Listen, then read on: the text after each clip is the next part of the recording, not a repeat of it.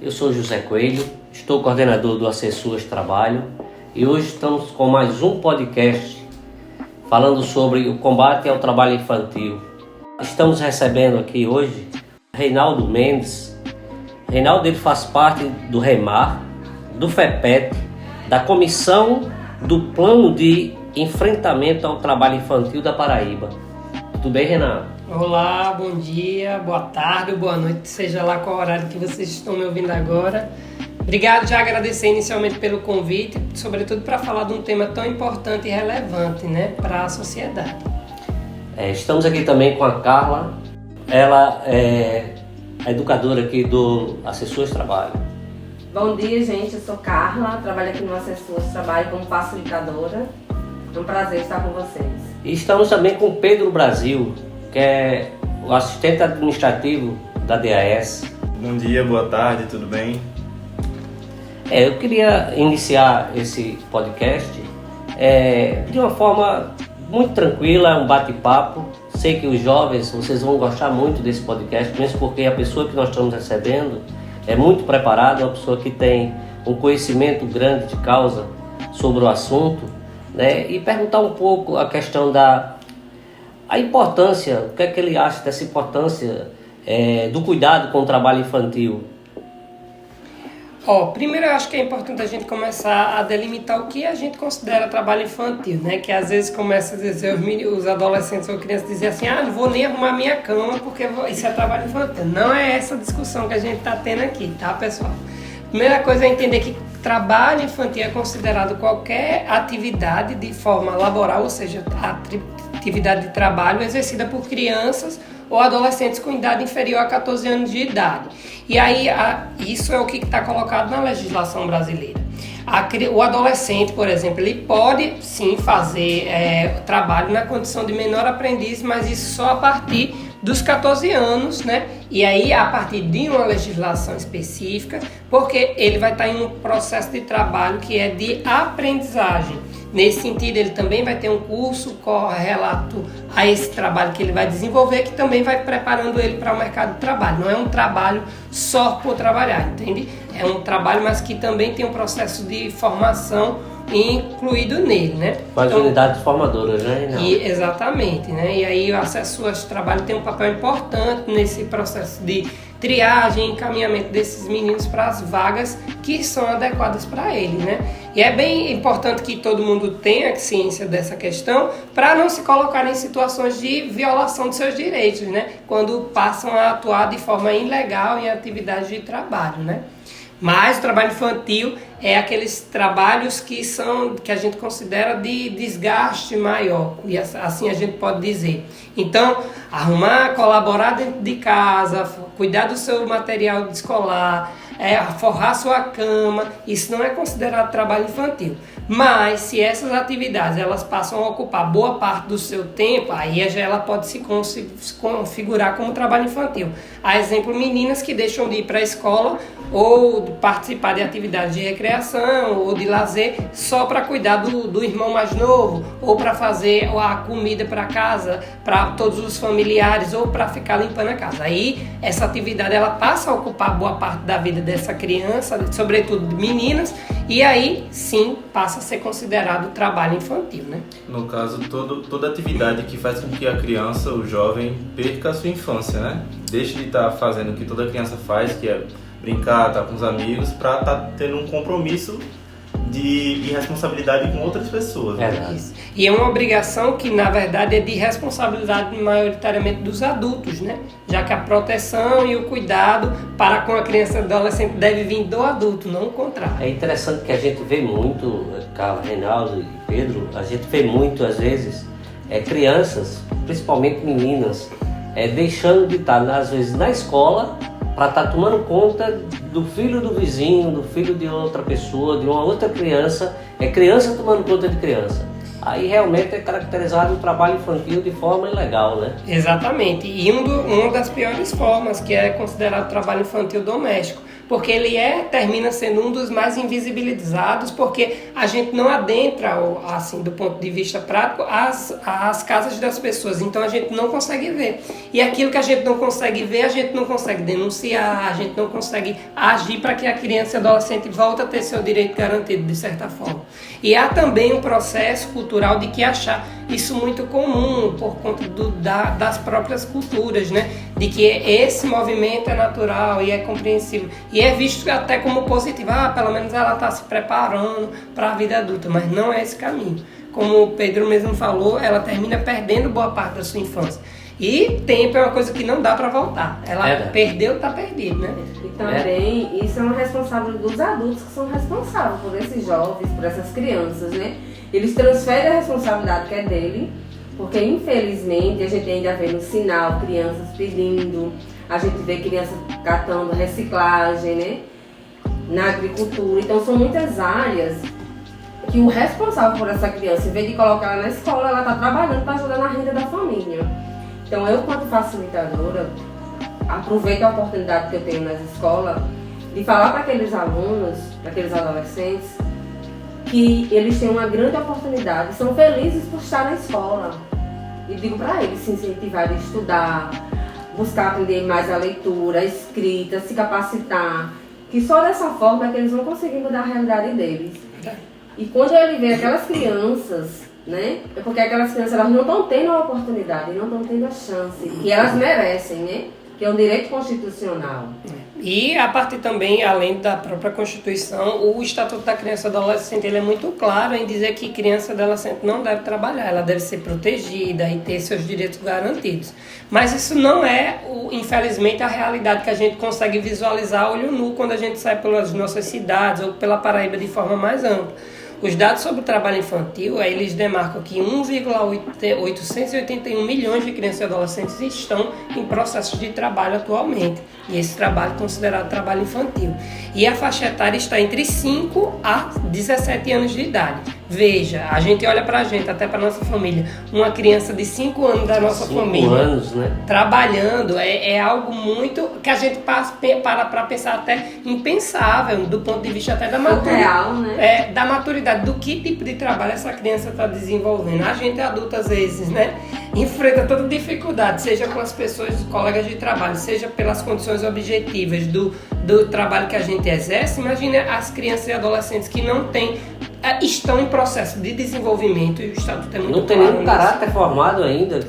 E aí isso termina moldando ou colocando elementos que são inapropriados e que não deveriam ser o que a criança deveria estar vivendo ali naquele momento. Ela deveria estar, de fato, aproveitando sua infância, sendo criança e ganhando experiência em outros elementos da convivência, né, com a comunidade. Ô Reinaldo, assim, uma dúvida que eu tenho, que é uma questão bem, eu acho, de suma importância.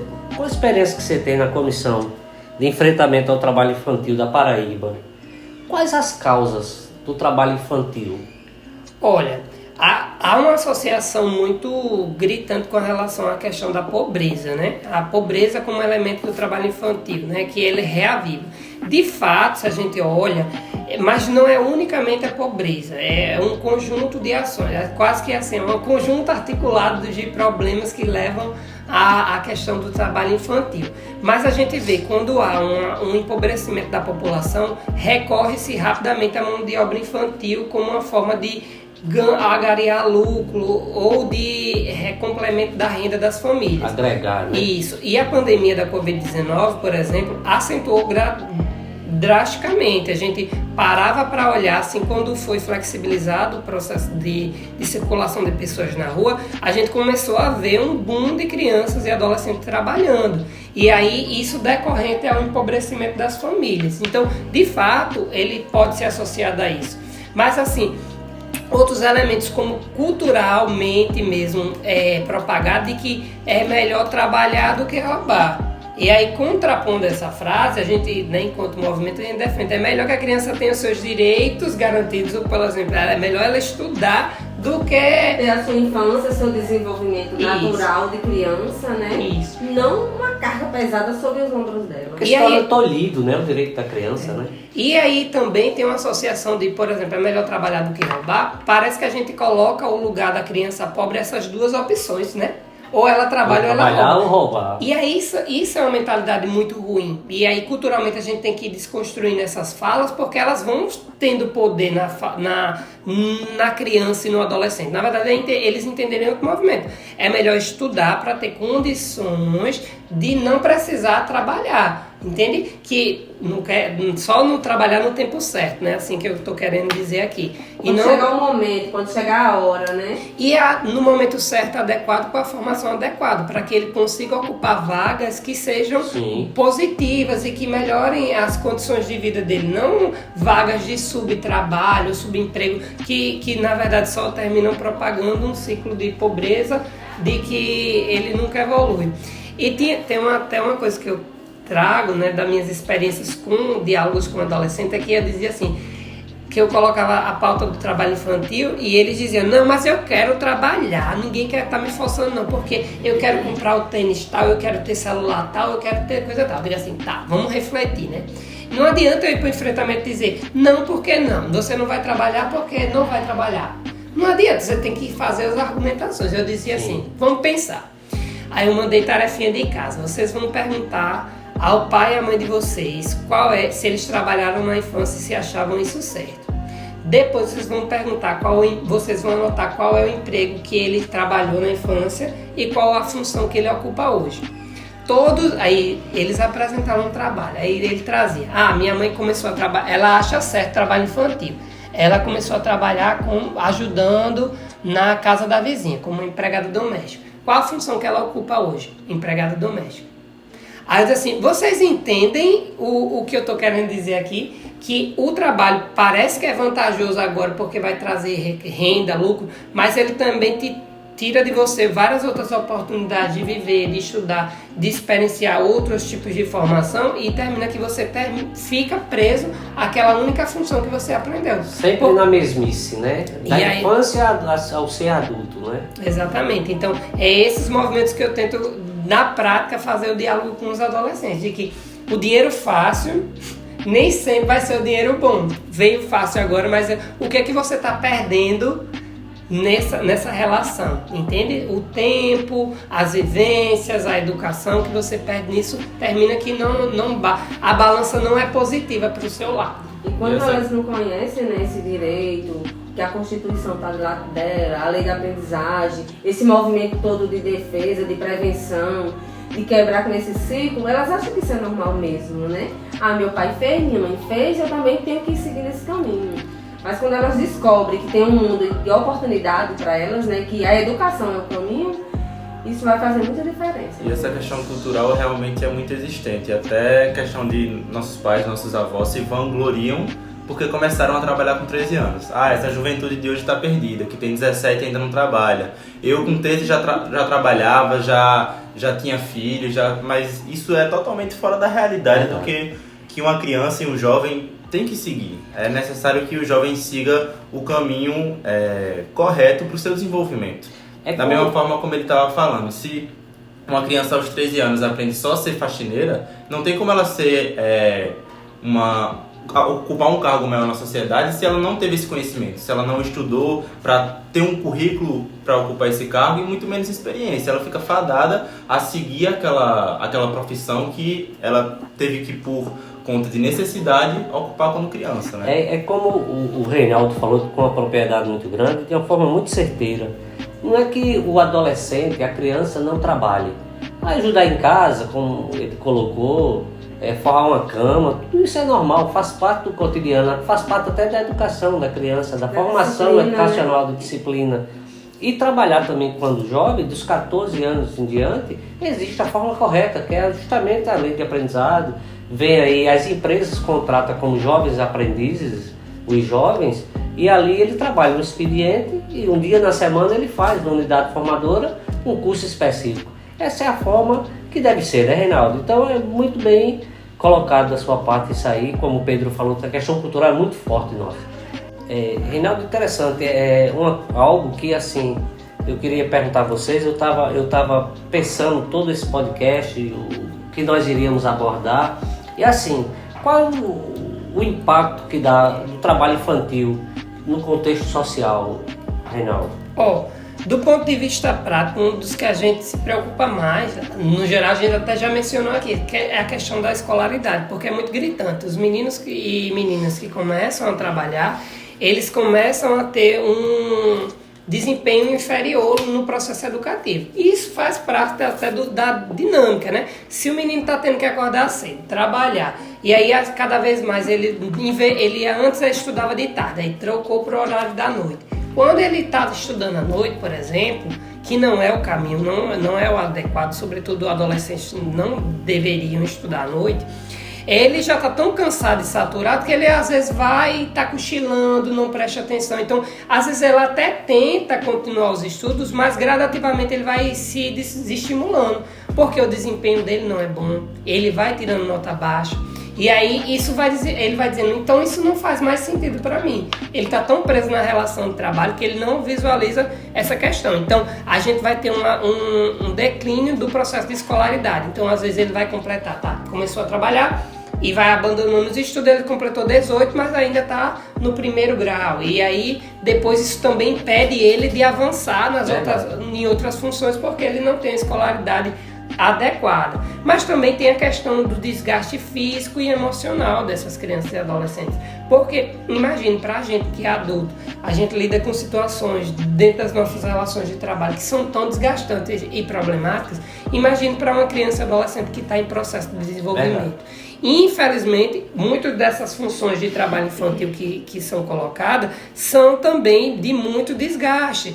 Tem meninos que fazem rede, tem meninos que trabalham em fábricas propriamente ditas ou em atividades terceirizadas das fábricas, enfim, em pedreiras já temos casos, em vários outros espaços que são problemáticos até para a gente adulto, sabe? E aí, às vezes, essas funções, inclusive, são desenvolvidas sem os EPIs, os instrumentos de segurança, né? Seja até pelo tamanho deles, que os EPIs não são feitos para o tamanho deles, porque eles são crianças. E esse trabalho está sendo feito de forma ilegal. Então, há um processo muito grande de desproteção nessas relações laborais que são desenvolvidas com as crianças e que prejudicam elas. Tanto a curto prazo, né? Porque isso vai vir muito gradativamente, mas a longo prazo também. E aí, só retomando aquele exemplo que eu estava dando do trabalho dos meninos que foram perguntar aos seus pais que tinham trabalhado. E aí, muitos desses elementos que eles traziam aqui, sim, e como é que seu pai está hoje, ou sua mãe? Aí eles diziam, meu pai desenvolveu uma hérnia de disco porque carregava muito peso. Sempre uma sequela, né? E aí, várias sequelas são colocadas. Então, assim, há um diagnóstico, essa atividade que eu fiz é muito simplória do ponto de vista prático, mas a gente já consegue trazer os elementos que dizem que o trabalho infantil, ele é negativo a curto, médio e longo prazo para a vida das pessoas e que ele termina cerceando vários acessos a direitos e colocando essa pessoa em situações muitas vezes muito precárias e tolhindo da vida deles várias oportunidades. Esse trabalho que você fez, ele pode ser até simplório na forma de ver, mas de um resultado de dados consistentes e bem reais, né? Sim, sim. E aí eu acho que o mais interessante é que a gente consegue dialogar a partir do elemento que as pessoas compreendam aquilo ali na sua vida prática. Porque muitas das vezes a gente vai para algum lugar ou escuta algumas informações que elas não se conectam com a minha realidade. E aí eu começo a olhar, não, isso é porque é com fulano, não é com Beltrano. E quando a gente começa a dialogar a partir dos nossos territórios, da nossa realidade, isso se torna mais concreto, mais real. E aí, por exemplo, os adolescentes, eles conseguem visualizar o quanto é prejudicial e o quanto eu não quero isso para minha vida, entende? Interessante, Reinaldo, que a experiência que nós temos como assessores de trabalho, oportunizando o jovem aprendizado em si, na verdade as empresas, né, oportunizam e a gente indica e a gente vê como eles se realizam quando fazem da forma correta, né? Quando eles estão trabalhando, estão estudando, fazendo tudo conforme as leis do aprendizado. É algo que é um diferencial na vida do jovem. Hoje nós temos aí jovem universitário, já galgando outros patamares de vida, começando a trabalhar no tempo certo e da forma certa. E isso é importante, assim, é esse caminho que a gente deve trilhar, digamos assim, que é o trabalho protegido. E aí as relações de trabalho, tanto para adultos quanto para adolescentes que legalmente podem exercer essas funções, né, desde que tramite no caminho correto da lei, ela deve ser de proteção e de cuidado, porque apesar dele ser um trabalhador oficialmente, ele ainda assim é uma criança e adolescente. Isso. E ele é regido por um estatuto que diz que a proteção dele deve ser tanto da família, da sociedade e do poder público. E as instituições que empregam precisam garantir também esses direitos. Os direitos garantidos, né? E a questão também de se espelhar, né? Um jovem, uma criança, eles se espelham muito em atitudes que ele vê em outros adultos. Normalmente quando a criança está trabalhando em um local desse, como você falou, é um local ilegal, porque o trabalho infantil é ilegal. Então as pessoas que trabalham lá também não têm a melhor índole, não conduzem o dia a dia da forma correta. Então, dessa forma, além de ter várias sequelas físicas, as crianças também têm muitas sequelas em relação ao seu caráter, aprendendo a mentir, aprendendo a enganar, aprendendo a esconder, aprendendo a não contar para ninguém que você está trabalhando lá porque é ilegal. Então, além da sequela em relação à sua saúde, o seu desenvolvimento também e as suas crenças aí é muito afetada, né? Sequela psicológica, né? Isso é uma das consequências. Enfim, criança não deveria, nem adolescente deveria estar em situações como essa, de forma ilegal. O que a gente defende?